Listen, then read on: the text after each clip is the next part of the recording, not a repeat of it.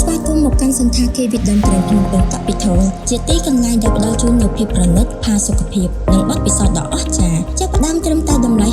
$69ក្នុងមួយយប់ក្នុងមួយបន្ទប់តែប៉ុណ្ណោះសូមរីករាយជាមួយបន្ទប់ស្នាក់នៅដ៏ប្រណិតនិងទូលាយដែលត្រូវបានរចនាឡើងសម្រាប់ការធ្វើដំណើរអាជីវកម្មនិងការកម្សាន្តព្រមទាំងបំពាក់ដោយសម្ភារៈទំនើបដើម្បីធានាបាននូវការស្នាក់នៅប្រកបដោយផាសុកភាពការស្នាក់នៅរបស់លោកអ្នករួមបញ្ចូលទាំងអាហារពេលព្រឹកដ៏ឈ្ងុយឆ្ងាញ់ការប្រើប្រាស់កន្លែងហាត់ប្រាណដ៏ទំនើបនិងអាងហែលទឹកលើដំបូលដែលជាជម្រើសដ៏ល្អឥតខ្ចោះសម្រាប់ការសម្រាកលំហែកាយសន្តាគារវិដំក្រានភ្នំពេញ Capital មានទីតាំងស្ថិតនៅចំកណ្ដាលនៃរាជធានីភ្នំពេញ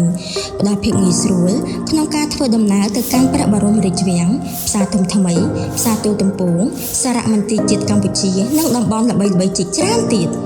សូមអញ្ជើញមកទទួលយកបទពិសោធន៍បដិសណ្ឋារកិច្ចនៅវិដំក្រានភ្នំពេញ Capital